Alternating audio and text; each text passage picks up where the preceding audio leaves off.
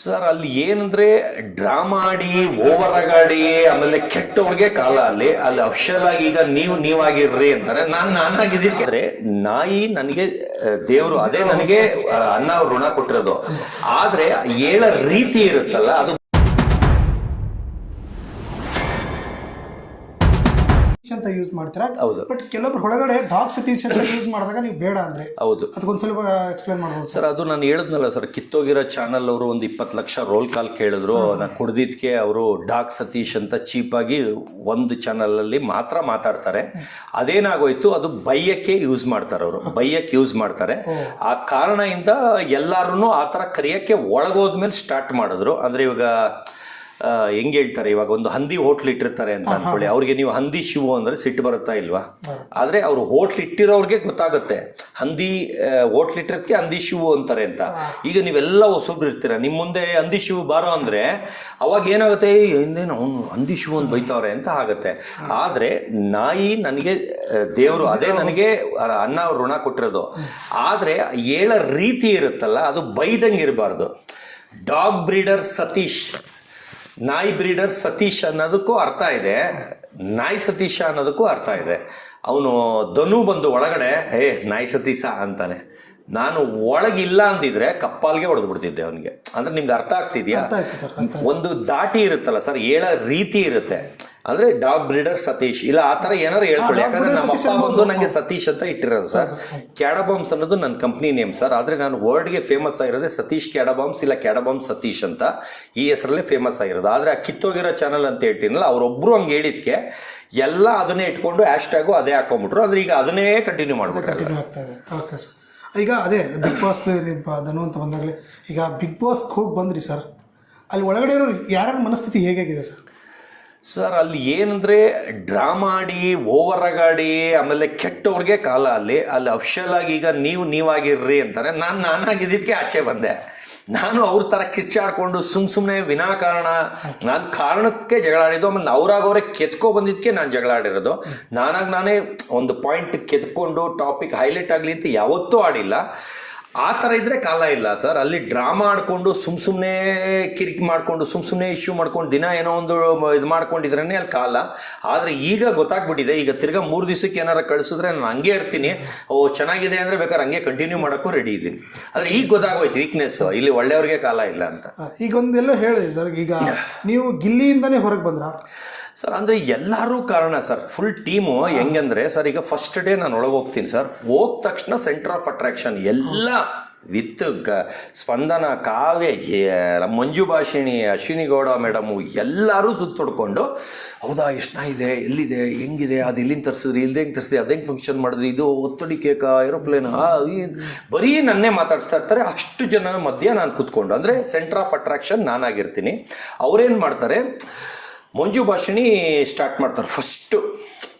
ಏನಂತ ಸ್ಟಾರ್ಟ್ ಮಾಡ್ತಾರೆ, ನೀವೆಲ್ಲರೂ ಅವನ್ನೇ ಮಾತಾಡಿಸ್ತಾ ಇದ್ರೆ ಅವನೇ ಹೈಲೈಟ್ ಆಗಿಬಿಡ್ತಾನೆ, ಆಚೆ ಅವನೇ ತೋರಿಸ್ತಾ ಇರ್ತಾರೆ, ನಾವೆಲ್ಲ ಡಮ್ಮಿ ಆಗಿಬಿಡ್ತೀವಿ ಅಂತ ಪಿನ್ ಹೊಡಿತಾರೆ. ಒಂದು ಫಸ್ಟು ಅಂದರೆ 2-3 ದಿವಸಕ್ಕೆ, 2ನೇದೋ 3ನೇ ದಿವಸಕ್ಕೆ ಪಿನ್ ಹೊಡಿತಾರೆ. ಅದು ಹಂಗೇ ಕಾಲ್ಗೀಚ್ತರ ಹರಡುತ್ತೆ. ಹರಡಿ ದಿನ ಒಬ್ಬೊಬ್ಬರೇ ಸಪ್ರೇಟ್ ಆಗ್ತಾರೆ. ಅದರಲ್ಲಿ ಏನಾಗುತ್ತೆ, ಬರ್ತಾ ಬರ್ತಾ ಧನು, ಇವರು ಗಿಲ್ಲಿ, ಚಂದ್ರಪ್ರಭಾ ಇವರೆಲ್ಲ ಏನಂದರೆ ಓಳು ಬರೀ ರೀಲ್ ಬಿಡ್ತಾನೆ ಅಂತ ಸ್ಟಾರ್ಟ್ ಮಾಡ್ತಾರೆ. ಆದರೆ ಇವಾಗ ನನ್ನ ಹತ್ರ ಮೊಬೈಲ್ ಇಲ್ಲ ತೋರ್ಸಕ್ಕೆ. ಇವಾಗ ನೀವು ಎಷ್ಟು ಕೇಳಿ ಇಲ್ಲಿ ಪ್ರೂಫ್ ತೋರಿಸ್ತೀನಿ, ಬರೀ ಈ ಒಂದು ಮೊಬೈಲಲ್ಲಿ ಪ್ರೂಫ್ ತೋರಿಸ್ತೀನಿ ವಿತ್ ಲಿಂಕು, ಸ್ಕ್ರೀನ್ಶಾಟು, ಇಲ್ಲ ಯಾವ ಡೇಟಲ್ಲಿ ಬಂದಿತ್ತು, ಯಾವ ದೇಶದಲ್ಲಿ ಬಂದಿತ್ತು, ದೇಶದ ಕೌಂಟು ಇಲ್ಲಿ ತೋರಿಸ್ತೀನಿ. ಇದು ಇವಾಗ ಫೋನ್ ಇದೆ, ಮಾತಾಡ್ತೀನಿ. ಅಲ್ಲಿ ನಾನೀಗ ಹೇಳ್ತಾ ಇದ್ರೆ ಅವ್ರು ಕೇಳಕ್ಕೆ ರೆಡಿ ಇಲ್ಲ. ನಾನು ಪ್ರೂವ್ ಮಾಡೋಕ್ಕೂ ನನ್ನ ಕೈಲಿ ಆಗಲ್ಲ. ಒಳಗಡೆ ನಾನು ಹೇಳಷ್ಟು ಹೇಳ್ದೆ, ಕೇಳಿಲ್ಲ ಅಂದರೆ ಬಿಟ್ಟಾಕುಂತ ಅಲ್ಲೂ ಕೂಲ್ ಆದೆ. ಅದಕ್ಕೆ ಕರಿಬಸಪ್ಪ ಅವ್ರು ಆಚೆ ಬರ್ತಿದ್ದಂಗೆ ಗೂಗಲ್ ಮಾಡ್ಬಿಟ್ಟು ಚೆಕ್ ಮಾಡಿಬಿಟ್ಟು ಒಂದು ಫೋನ್ ಬರುತ್ತೆ. ನಾನು ಬಂದು 2 ದಿವಸಕ್ಕೆ, ಏನು ಸಾರ್ ಇಷ್ಟು ಫೇಮಸ್ಸು, ಅಲ್ಲಿ ಹೇಳ್ತಾ ಇದ್ರು, ಒಬ್ಬರು ನಂಬ್ತಾ ಇರಲಿಲ್ಲ, ಅಷ್ಟು ಕೀಳಾಗಿ ನೋಡ್ಕೊತಾ ಇದ್ರು, ಆಡ್ಕೊತಾ ಇದ್ರು, ರೀಲು ಅಂತಿದ್ರು, ಸುಮ್ಮನೆ ಇದ್ರಲ್ಲ ಸಾರ್ ಅಂತ ಕೇಳಿದ್ರು. ನಾನು ಏನು ಮಾಡೋಣ, ಮೊಬೈಲ್ ಇಲ್ಲ, ಅಲ್ಲಿ ಹೇಳ್ತೀನಿ, ಕೇಳಿಲ್ಲ ಅಂದರೆ ಆಚೆ ಬಂದಮೇಲೆ ನಿಮ್ಮ ಥರ ತಿಳ್ಕೊಂಡು ಅವರು ಆಮೇಲೆ ಅವರೇ ಇದು ಮಾಡ್ತಾರೆ. ಈಗ ಮಂಜು ಭಾಷಿಣಿ ಅವ್ರು ನೋಡಿ, ಅಷ್ಟು ದುಶ್ಮನ್ ಥರ ಆಡ್ತಾ ಇದ್ದವರು ಮೊನ್ನೆ ಒಂದು ಫಂಕ್ಷನಲ್ಲಿ ನನ್ನ ಮಾತಾಡಿಸ್ತಾರ ಇಲ್ವಾ ಅಂತ ಅಂದ್ಕೊಂಡಿದ್ದೆ ಸರ್.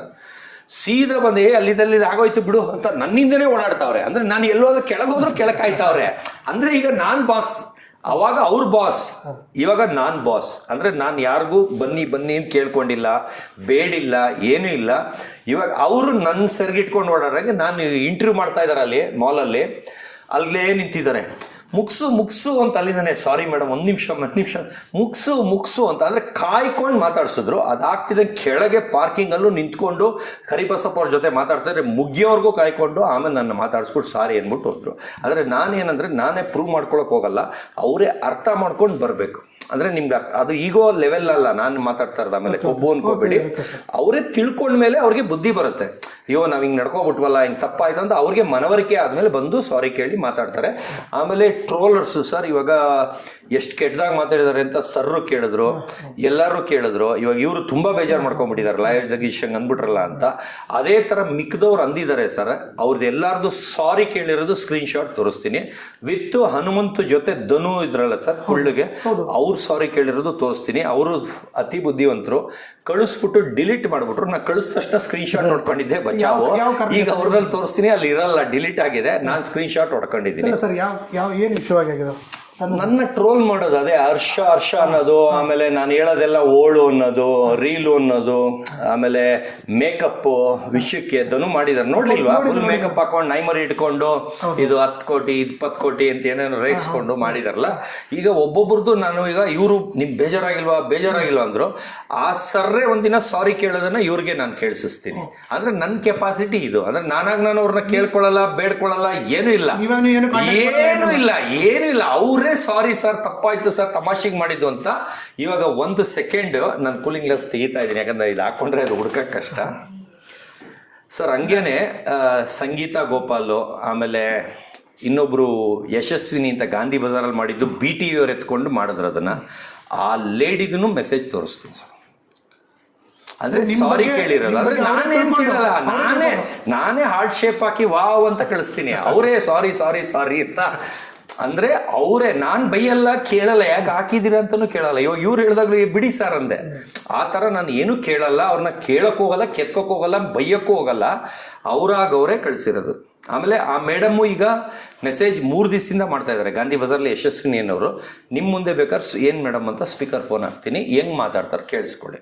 ಅಂದರೆ ಯಾರು ನನ್ನ ಆಡ್ಕೊಂಡಂಗೆ ಮಾಡಿದ್ದಾರೆ ಅವ್ರದ್ದು ಹೇಳ್ತಾ ಇದ್ದೀನಿ.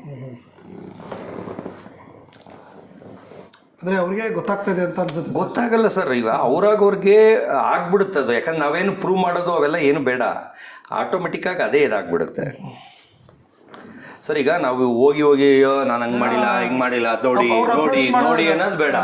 ಅವರೇ ಒಂದಿನ ಗೊತ್ತಾದಾಗ ಅವರೇ ವಾಪಸ್ ಬರ್ತಾರೆ ಅಷ್ಟೇ. ನಂದು ಇದು 1 ಸೆಕೆಂಡ್.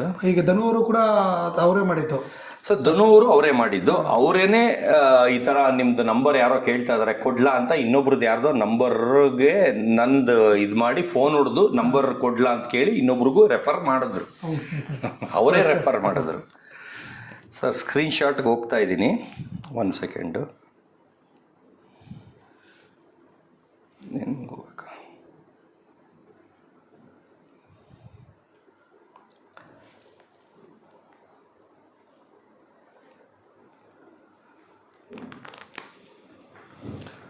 ಅಂದರೆ ಈಗ ನಿಮ್ಮ